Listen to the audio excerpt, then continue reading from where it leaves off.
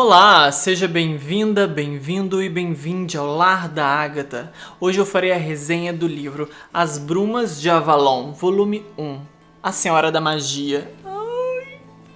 Esse livro é de 1982 e foi escrito por Marion Zimmer Bradley. E eu nunca tinha lido nada da Marion, não pesquisei muita coisa a respeito dela. Só sei que As Brumas de Avalon, a história em si, sempre ouvi falar muitas pessoas sempre falaram: eu amo As Brumas de Avalon, tô lendo As Brumas de Avalon.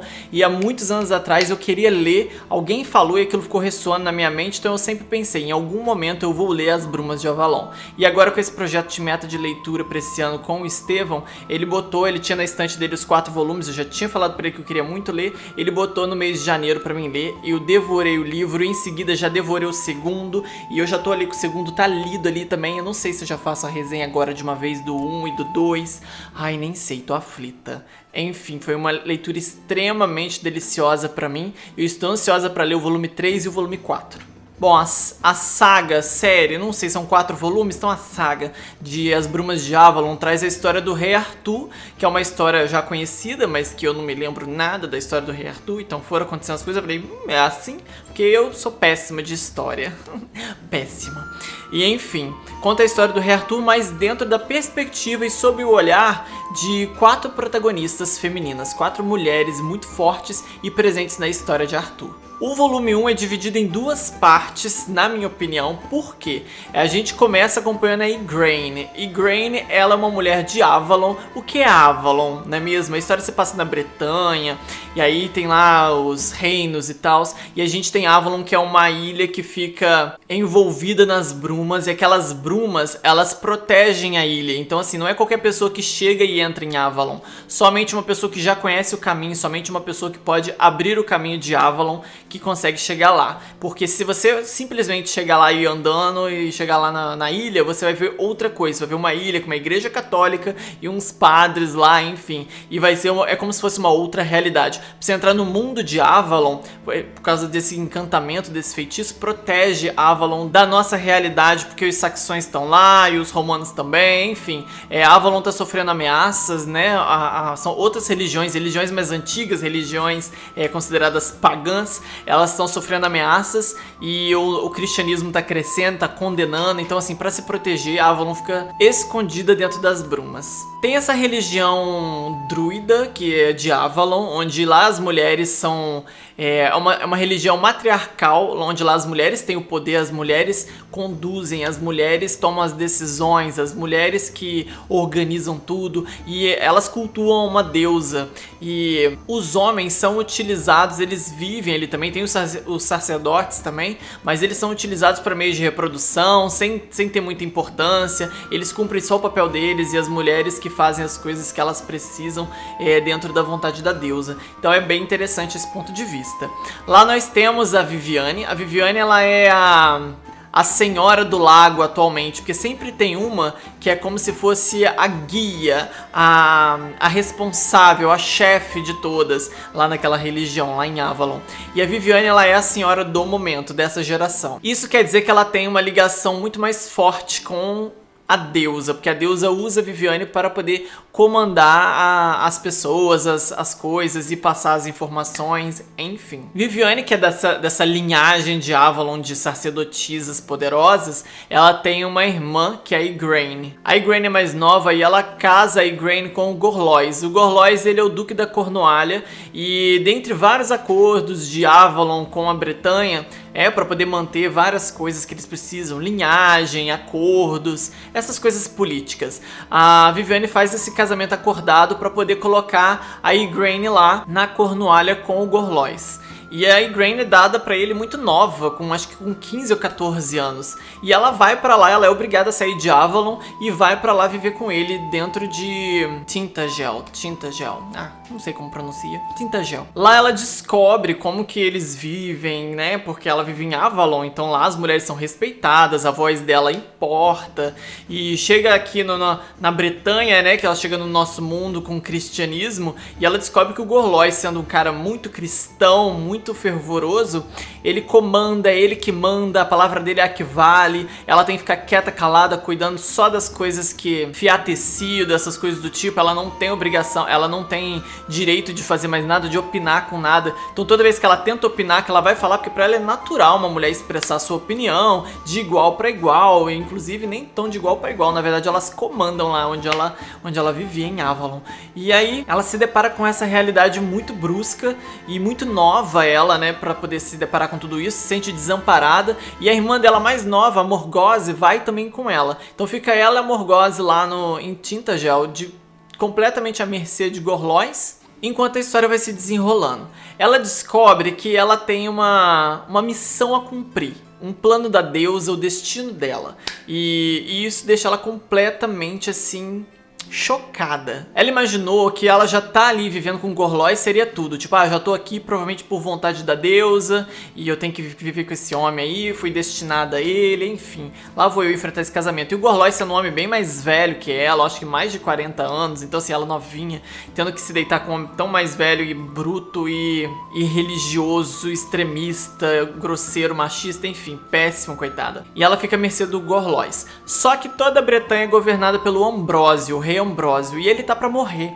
Então já sabe-se que tem uns preferidos ali, outros reis que querem assumir esse trono, e Avalon tem um plano, a deusa através de Viviane traça um plano de colocar um rei lá no comando, justamente que seja, como vou dizer, respeitoso e aceite a coexistir tanto o cristianismo quanto a religião druida de Avalon. Então, para traçar esse plano do destino, nós temos o Pentagron, que é o Uther.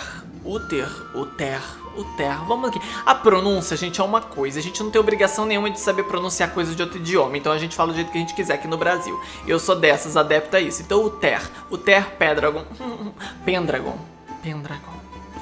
Aquela que fala que não se importa, depois que questionando o tempão, assim, só assim. Então nós temos o Uther Pendragon, que ele é, na verdade, dentro da visão da deusa, é a pessoa que precisa trilhar certos caminhos para justamente colocar um rei ali específico na Bretanha, naquele momento. Além da sacerdotisa Mor lá, a rainha de todas, que é a Viviane, nós temos o sacerdote também, que é o Merlin. E o Merlin vai junto com a Viviane lá em Tintagel, chega lá perto da Igraine e fala assim: olha, querida, nesse momento ela já tá casada com Gorlois, ela já teve uma filha com ele que se chama Morgana, a menina tem mais ou menos uns 3, 4 aninhos. Eles chegam lá e falam assim: olha, querida, a deusa tem um plano pra você, e o seu destino é dar um filho para Uther Pendragon. Ele precisa assumir o trono e você precisa dar um filho pra ele, porque esse filho é quem vai comandar a Bretanha. Só esse filho vai ser capaz de unir todos os reinos e deixar a Bretanha unida contra os saxões. E esse filho, né, seria o Arthur, o rei Arthur. E aí ela fica assim, tipo, como assim que você chega aqui na minha casa e fala que eu vou ter que me empurrar para um marido que eu não queria? Então eu tenho uma filha com ele, agora vocês estão dizendo que eu vou ter que ter filho com outro homem que eu nem sei quem é, traindo meu marido, traindo a minha honra. Que merda é essa? E a Igraine fica revoltadíssima e diz: eu não vou fazer parte desse plano. E a Viviane fala: ai, menina, é seu destino, não adianta você lutar, isso vai acontecer. E a gente acompanha na primeira parte do livro essa jornada da Igraine. Ela é uma das minhas personagens preferidas na história porque ela é muito complexa. Todas as mulheres são mulheres as principais nessa história de Avalon, até no segundo livro, que nós temos outros protagonismos de outras mulheres, né? Elas são todas muito incríveis e muito complexas, elas são cheias de mudanças e elas evoluem muito, e isso é muito interessante, às vezes pra melhor, às vezes pra pior, vai depender, né, da situação da personagem do ponto de vista. A Igraine é descrita como uma mulher ruiva, belíssima, euzinha, né? Então eu decidi fazer um look aqui que lembrasse a Igraine e Jimmy Neutron ao mesmo tempo, por causa do tamanho da minha cabeça. Eu falei, o que eu estava pensando na hora que eu deixei a peruca deste tamanho? Não sei, mas deixei. E a Igraine, ela começa como uma protagonista que tem que fazer... Isso me incomoda muito na leitura, sabe? É o ponto de vista feminino, mas é muito triste saber que mesmo quando a história é escrita por uma mulher, dentro de um ponto de vista feminino, a gente entende que as mulheres sempre foram subjugadas e tiveram que cumprir os seus papéis sem poder questionar de fato. Então pra mim foi muito doloroso acompanhar o processo todo da Igraine, tudo que acontecia com ela e o Gorlois, e depois quando ela conhece o Uther Pendragon, muito nome complexo, e ela conhece ele, e aí ele entende como que vai ser esse relacionamento dela com ele, como que vai acontecer dela se livrar do Gorlois. Ela tem uma visão, ela tem a visão, as mulheres em Avalon, a maioria tem visão e ela consegue ver muitas coisas, mas são involuntárias a ela, é como se a deusa simplesmente mandasse visões pra ela, do destino e tal, e ela tem logo no início uma visão do Gorlois morto encarando ela, então ela já sabe que ele vai morrer, mas não sabe em qual momento, como que isso vai acontecer, por que isso vai acontecer, e se de fato essa visão vai se concretizar. Tanto a Viviane como ela são treinadas, as sacerdotisas de Avalon são treinadas para aprender a lidar com a visão. Elas podem sim tentar forçar e ter uma visão, tentar enxergar alguma coisa, tentar ler alguma coisa, mas isso é algo muito complexo. É interessante como que descreve a forma respeitosa que todas elas precisam lidar com a visão. Elas precisam aceitar quando a visão vem, ao invés de ficar buscando a visão de forma forçada para responder aos seus caprichos e às suas vontades. Elas não podem usar da visão para realizar aquilo que elas desejam. Elas têm que aceitar, abraçar o destino que a deusa lhes oferece. O que para mim não é tão distante assim da ideia do cristianismo, que a vontade de Deus é soberana, enfim. Acaba que ali também a deusa, a vontade dela é soberana, independente dessa pessoa estar sofrendo ou não. E é o que acontece muito com Igraine. Então nesse a primeira parte do livro a gente tem o desenvolvimento da Igraine e a gente tem alguns momentos de protagonismo da Viviane, e que é a Senhora do Lago, né? E eu acho muito interessante, eu gosto muito dessas trocas de pontos de vista, e são sempre dentre as mulheres principais, mas a Igraine predomina a primeira parte do livro. Até o momento em que, no meio do livro mais ou menos, a Morgana já está adulta, que é a filha dela, e a Morgana assume a liderança e passa a se contar toda a história no ponto de vista dela, com pequenos flashes da Viviane também.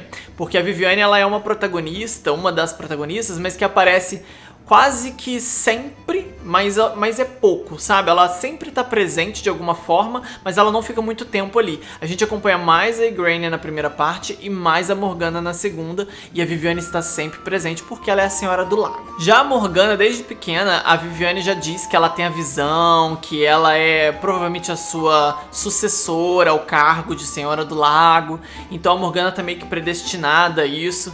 E então, quando ela é pequenininha, a Igraine tá lá vivendo a vida dela. Ela tem o filho, né, que é o Rei Arthur, obviamente. Isso nem chega a ser um spoiler, porque o Rei Arthur nasceu, a gente sabe que ele nasceu. Então, se a Igraine tava predestinada a ter o filho Arthur, ele nasce. Então não é spoiler. Mas enfim, ele vem depois da Morgana. A Morgana já era um pouco mais velha. E ela ficou meio que negligenciada e ficou ali no castelo da Igraine, assim, tanto fez essa criança. E a Morgana e a Viviane fica, gente, mas essa criança é muito importante. Ela vai ser a futura Senhora do Lago. Eu preciso trazer ela pra Avalon, criar ela dentro dos nossos costumes. E ela já estava sendo criada dentro de um costume cristão. Então, assim, pega a Morgana lá, que viveu até os seus 11 anos de idade, num costume cristão, renegando a sua visão, e leva ela para Avalon para que ela possa abraçar a visão e entender os outros costumes e cultuar a deusa. Essa mudança é muito interessante porque a gente vê uma construção muito grande da Morgana, então sempre que ela tenta fazer as coisas dentro da religião dela, ainda pesa alguma coisinha lá atrás dentro dela, enraizado do cristianismo, porque ela foi criada até os 11 anos com o cristianismo. Então assim, a comparação entre as duas religiões, entre as duas crenças é muito forte, e Igraine questiona muito no início, e depois a Morgana vai questionar muito isso. O cristianismo é super questionado nessa história, e é muito interessante. Um dos questionamentos que é muito forte, até acontece com a Igraine no início do livro, é que ela, quando chega lá, ela foi criada em Avalon, então assim, quando ela foi fazer parte de um mundo na Bretanha, com o cristianismo crescendo daquela forma, com o Gorlois, que era completamente cristão, a gente vê uns questionamentos da Igraine que são muito incríveis, e que a gente fica se perguntando, assim, de fato, como que a gente lida, né, com o cristianismo e aceita muitas coisas dele. E ela fala muito de que a sua deusa lá em Avalon, que ela é uma deusa de amor, uma deusa de aceitação, E já ali ela se depara com um Deus, né, que é um Deus de culpa, um Deus de remorso, um Deus de medo, um Deus onde as pessoas estão mais preocupadas em não pecar, porque se pecar serão punidas. Então tem muito disso, culpa e punição no cristianismo. E isso é um negócio que traz muita aversão à Igraine, ela fica muito impactada com essa realidade, mas o que é muito interessante, que eu falo muito do crescimento e questionamentos do personagem, é que ela muda muito. Aqui já começam os spoilers, tá? Vou avisar pra vocês que tem spoilers nessa resenha, vai ter daqui pra frente em todas as minhas resenhas de Avalon, porque eu quero muito falar sobre vários detalhes que me impactaram, e um deles é a mudança da Igraine. A Igraine se torna uma mulher extremamente cristã, e ela abandona os seus costumes de Avalon assim que ela cumpre o seu destino, que é quando ela casa com o Uther Pendragon. E quando ela casa com ele, ela pensa, bom, estou casando com ele, vou ter um filho dele, que vai ser o rei Arthur, e esse filho vai ser o rei daqui da Bretanha, então eu vou abandonar minha visão, não quero mais saber disso, e vou me dedicar ao cristianismo a partir de agora. E é o que ela decide fazer. Então, daquele momento, a Morgana depois é levada para Avalon, para ser criada em Avalon, já com 11 anos de idade, e a Igraine se torna aquela cristã fervorosa dali pra frente. Então, quando a Morgana adulta sai de Avalon e chega lá na Bretanha, porque ela foi criada lá, a gente até esquecido como que eram as coisas na Bretanha, e ela se depara com a Igraine se parece uma pessoa muito distante pra ela já não tem mais uma ligação muito grande com a mãe, ela já não tem nada em comum, parece, com a mãe renega a visão, a mãe é muito cristã e tal, e a Morgana chega tipo assim, meu Deus do céu, minha nossa, minha deusa é perfeita, maravilhosa, olha que blasfêmia esse povo estranho aí, com esses costumes cristãos horríveis, aí fica... E aí chega lá assim, a Morgana desse jeito, e a Igraine tá lá com o terço dela rezando horrores, enfim, e criticando todo mundo, questionando as coisas, é bem interessante. No mesmo passo em que eu fico muito irritado e decepcionado de ver a Igraine assim, porque o livro é dessa forma. O livro, ele passa tempos depois e não tem uma... É tipo uma chapuletada na sua cara. Você vira a página e começa um capítulo já se foram 10 anos, enfim, 7, 8 anos, sei lá. E aí, assim, você já tem que lidar com as personagens em outro ponto de vista. Quando você, na segunda parte do livro, começa a acompanhar o ponto de vista da Morgana e volta na Igraine 8 anos depois, sei lá... a Igraine parece outra pessoa. Eu tinha sentido tanta empatia, me sentia tão próxima a Igraine, tão assim, conectada com a personagem, que quando ela reapareceu na história, já parecia muito estranha pra mim. Assim como ela é estranha pra Morgana também. Eu fiquei, meu Deus, o que fizeram com a Igraine? E isso é muito interessante porque... todo momento eu fiquei tentando não julgar a Igraine, do tipo, ai, agora ela ficou escrota, ela ficou horrível. Eu fiquei assim, me sentindo com um buraco no peito, meu Deus, o que fizeram com a Igraine? O que aconteceu com ela? Aceitar e ser subjugada naquela religião ali, aqueles costumes, e abandonar sua religião original, né, e tal. Então eu fiquei com isso muito impactado em mim, e fiquei ainda com mais pena dela, da forma como ela foi obrigada a viver. Então ela foi conduzida a uma vida, a uns pensamentos, a um estilo que ela não queria antes, e que acabou que ela aceitou, abraçou e se tornou uma pessoa bem diferente depois disso. Eu separei algumas coisinhas que eu gostaria de mostrar, e aqui na página 55 tem um momento onde a Igraine fala muito sobre... como que o cristão tem medo da morte e tem medo de Deus e punição e tudo mais, e na religião dela é tudo tão amor, é tudo tão mais aberto, é tudo tão mais amplo assim na crença, que eles nem têm medo da morte. Eles entendem que morrer é fazer uma passagem para outras vidas, ou inclusive pro lado da deusa, então, e que isso é uma coisa boa. E já no cristianismo ela questiona tipo assim, se Deus é tão bom, você gosta tanto do seu Deus e você adora tanto esse Deus, por que você teme tanto a morte?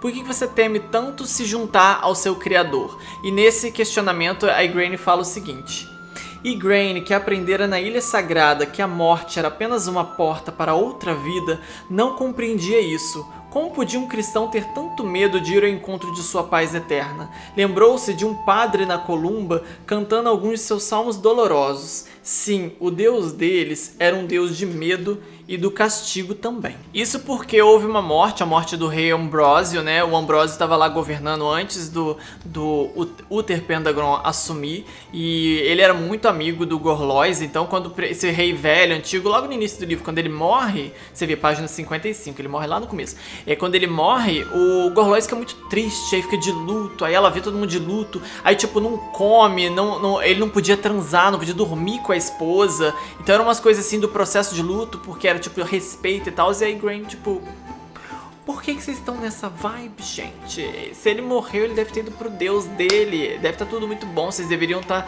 felizes que ele tá na paz eterna. Por que vocês estão tristes desse jeito? Então os questionamentos são bem interessantes. É importante lembrar também, como eu disse, Grain tem uma irmã, né, a Morgause, que foi, quando ela foi entregue ao Gorlois, a Morgause foi entregue junto com ela ficou companheira da Igraine lá, e ela era mais nova que a Igraine. Então assim, a Igraine tava criando a filha pequena, a Morgana, até seus 3, 4 anos ali, e a Morgause já tava um pouco mais velha, com 12, 13 anos talvez, em torno disso. E ela prestava atenção que a Morgause era muito parecida com ela fisicamente, ruiva, alta, bela, com traços muito bonitos, e já a Morgana parecia estranha, feinha, e no ponto de vista é descrito muito isso, e comparada a Viviane, que é a irmã dela, ela tipo, nossa, a Morgana puxou a minha irmã, né? E aí várias pessoas comentam isso, que elas são super parecidas, Morgana e Viviane, tia e sobrinha, e comentam também da beleza dela ser questionável, delas parecerem fadas, delas serem estranhas. E é muito interessante que nesse livro levanta tantos questionamentos, inclusive os padrões de beleza de uma certa forma, porque ali a gente tem personagens que supostamente fogem ao padrão de beleza daquele momento, daquele estereótipo ali, e isso é questionado também, como que as pessoas lidam, como que isso mexe com autoestima. A gente vê Morgana precisando lidar com isso ao longo da sua vida, e a gente vê a Viviane também questionando esses pequenos pontos, porque elas são tidas como mulheres feias, lidas como mulheres feias na sociedade. A Morgana fica pensando sobre isso, né? Sobre ser feia, sobre se isso importa. E aí ela fala justamente sobre isso não ser importante na vida dela. Tipo, nossa, eu tenho tantas coisas mais importantes, por que a minha beleza é algo... que a primeira coisa que as pessoas falam é o mais importante que as pessoas falam, sendo que eu tenho outras características. Antes de entrar mais nessa parte da beleza, lembrando que Morgause tá ali, depois que Igraine cumpre o destino dela, Morgause é entregue para casar com Lot, é o Duque de Orkney. Então Lot de Orkney, ele que casa com a Morgause vai ser uma rainha lá no norte, e no segundo livro a gente entende como que tá a vida dela lá. No primeiro fala um pouquinho disso, ela aparece de novo, na segunda parte quando a Morgana já tá adulta, mais pro final aparece Morgause e a gente já sabe mais ou menos como que ela tá. Mas a gente descobre mesmo mais da vida da Morgause quando a gente vai pro segundo livro, que aí explora um pouquinho mais. Mais alguns pontos da história que me marcaram, que eu deixei com um post-it aqui. Na página 136, no volume 1, tem um momento onde a Viviane sai de Avalon, vai lá atrás da Igraine para poder buscar justamente a Morgana, que tá com 10 para 11 anos, ela tá para fazer 11 anos de idade, e ela quer resgatar ela daquela vida para que ela seja criada em Avalon para ser uma sacerdotisa e tal. Então tem um momento onde ela mostra pra Morgana pela primeira vez a visão, porque ela fala, você já vê coisas que você acha que essas visões são fantasmagóricas ou não são reais e você fica espantada? Se isso te acontece, aí a Morgana fica tipo, não posso falar sobre isso, minha mãe já falou que é pra me ignorar essas coisas, isso não é uma coisa de Deus, eu tenho que ignorar, não posso falar a respeito. A Viviane fala, comigo você pode falar sim. E aí ela fala o seguinte, dentro desses questionamentos, Viviane enxerga Morgana como uma filha que ela nunca teve. Então, tipo assim, ela teve filhos homens, ela não teve filha mulher, e lá em Avalon, ao contrário de ali no cristianismo naquela época, o filho homem era o mais importante porque ele que ia dar sucessão ao reino e tal, então as mulheres eram dispensáveis. Se você tinha uma filha mulher, você tinha 5 filhos mulheres, não adiantava nada. Você tinha que ter um filho homem para ser seu herdeiro, para ter algum valor. E isso é muito questionado no livro, né? É um questionamento muito interessante do livro. E lá em Avalon é o contrário. As sacerdotisas são tão valorizadas que é muito importante ter filhas mulheres. E a Viviane enxerga na Morgana a filha que ela nunca teve. E no momento em que ela vai mostrar a visão para Morgana pela primeira vez, ela diz o seguinte: Viviane sentiu uma súbita pontada no coração, o que fizera para conquistar toda essa confiança. Nesse momento aqui, a Morgana tinha acabado de reencontrar a tia e já mostrava confiar nela cegamente. Desejava sinceramente que essa menina pequena e séria fosse sua filha, a filha que devia à Ilha Sagrada e que nunca fora capaz de ter. Embora tivesse corrido o risco de um parto fora da idade do qual quase morrera, tivera apenas filhos. E ali estava, ao que tudo indicava, a sucessora que a deusa havia lhe mandado, uma parenta, com a visão, e que se voltava para ela com confiança total. Por um momento não conseguiu falar. Serei capaz de ser dura com essa menina também? Poderei prepará-la sem poupá-la, ou meu amor me fará menos rigorosa do que devo ser para formar uma grande sacerdotisa? Esses questionamentos são muito bonitos porque ao longo do livro todo você vai vendo a relação das duas, como é complexa. A Morgana, ela tem muita adoração pela Viviane, o respeito, e ela se espelha muito nela, então ela acha que o amor dela por Viviane nunca será abalado, e a Viviane fala: "Ô, querida, você tá muito nova, espera até você ser submetida às provações do destino e você vai me odiar com toda certeza." Mais um momento que ilustra a diferença da religião, da visão do cristianismo com a religião druida de Avalon. A gente tem a Igraine aqui se questionando sobre nascimento de Jesus com Maria e tal, e os nascimentos dos filhos em Avalon, que você tem filhos em Avalon para cumprir com o destino, com os desejos da deusa. Então assim, é muito comum, tipo, a Igraine tem que ir lá ter um filho do Uther Pendragon, porque precisa desse rei para governar, ele tá predestinado, então ela tem que ir lá ter esse filho, e esse filho meio que não é dela, sabe? Ele é do destino, ele é do mundo, ele é da deusa, ele está ali para cumprir um propósito. E nessa reflexão, Igraine diz o seguinte: "Nesta vida não sou uma sacerdotisa, mesmo assim sei que ainda sou a filha obediente de minha sorte, como todos os homens e mulheres têm de ser. E para sacerdotes e sacerdotisas não há laços de matrimônio, eles se dão como se devem dar, segundo a vontade dos deuses, para gerarem aqueles que terão importância primordial para os destinos da humanidade." Sobre objetificação do corpo feminino, tem um momento aqui bem interessante que a Morgana já é criada lá em Avalon, o primo dela aparece, que é um filho de Viviane, mas eu não vou dar detalhes de quem é esse primo, você vai descobrir na leitura. O mais importante é que ela precisa escalar algo com ele, e tem a subida comum, que eles vão andando normal pela trilha, ou você pode ir escalando, que é mais rápido, mas ele fala tipo, isso daí não é uma forma de subir para uma mulher, homens conseguem, mas mulheres não conseguem, com esses vestidos, enfim, questionam ela não ser capaz por ela ser mulher, e ela responde o seguinte: ela pega as saias, prende elas na cintura para ela ter mais mobilidade com as pernas, e ele fala o seguinte: a maioria das mulheres que conheço haveria de considerar-se muito púdicas para mostrar as pernas nuas. Morgana corou. Nunca me ocorreu que a modéstia tenha muito a ver com as pernas nuas para subir morros. Os homens devem saber, sem dúvida, que as mulheres têm pernas parecidas com as suas. Não deve ser ofensa muito grande à modéstia ver aquilo que são capazes de imaginar. Sei que alguns dos padres cristãos dizem isso, mas geralmente eles parecem pensar que o corpo humano é obra de algum demônio e não de Deus, e que ninguém pode ver o corpo de uma mulher sem ser tomado pelo desejo furioso de possuí-lo.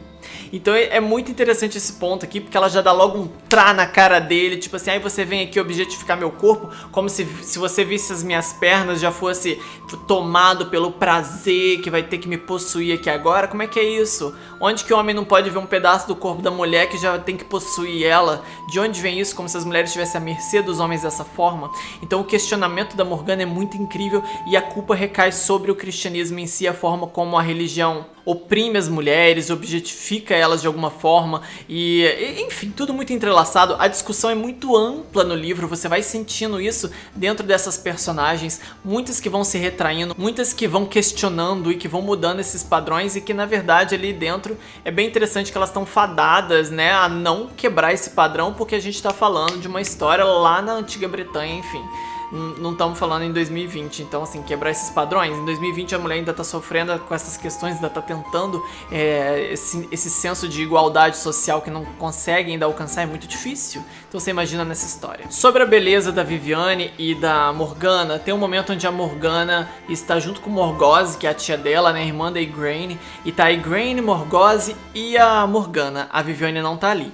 E aí elas acabam falando sobre a beleza da Viviane, e esse é o ponto central. O resto da história aqui não é importante pra você nessa resenha, você na hora que ler vai entender o contexto, mas o mais importante é a visão da Morgause sobre a beleza delas, principalmente da Viviane, que é considerada feia, que é a irmã dela. E Grainne e Morgause são consideradas ruivas, lindas, belíssimas, enquanto Viviane e Morgana são consideradas feias. E o questionamento é o seguinte: quem poderia pensar que Viviane, tão feia, tivesse um filho tão bonito? Seu filho mais velho, Balan, esse não é bonito, áspero, forte e bondoso, digno de confiança como um velho cão, mas é como Viviane, ninguém poderia dizer que é linda. Essas palavras atingiram o coração de Morgana. Dizem que sou parecida com Viviane, então todos me acham feia? Aquela moça disse, pequena e feia como os do povo encantado, e respondeu friamente: eu acho Viviane muito bonita.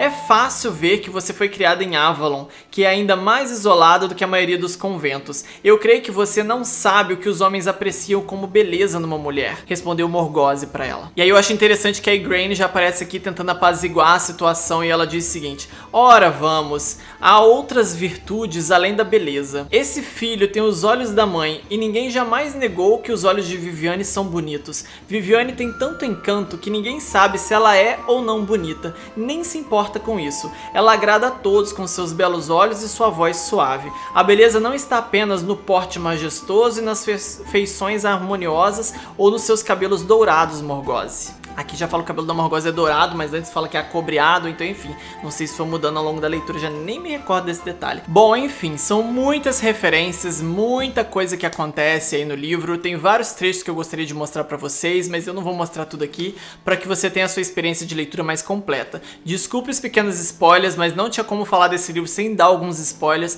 mas posso garantir que o que eu disse aqui não vai atrapalhar a sua experiência de leitura, porque muitas das coisas que acontecem que eu comentei aqui, elas são predestinadas e desde o início do livro você entende que elas vão acontecer e você já sabe disso antes. Então o interessante é como que isso desenrola e como que você chega até lá.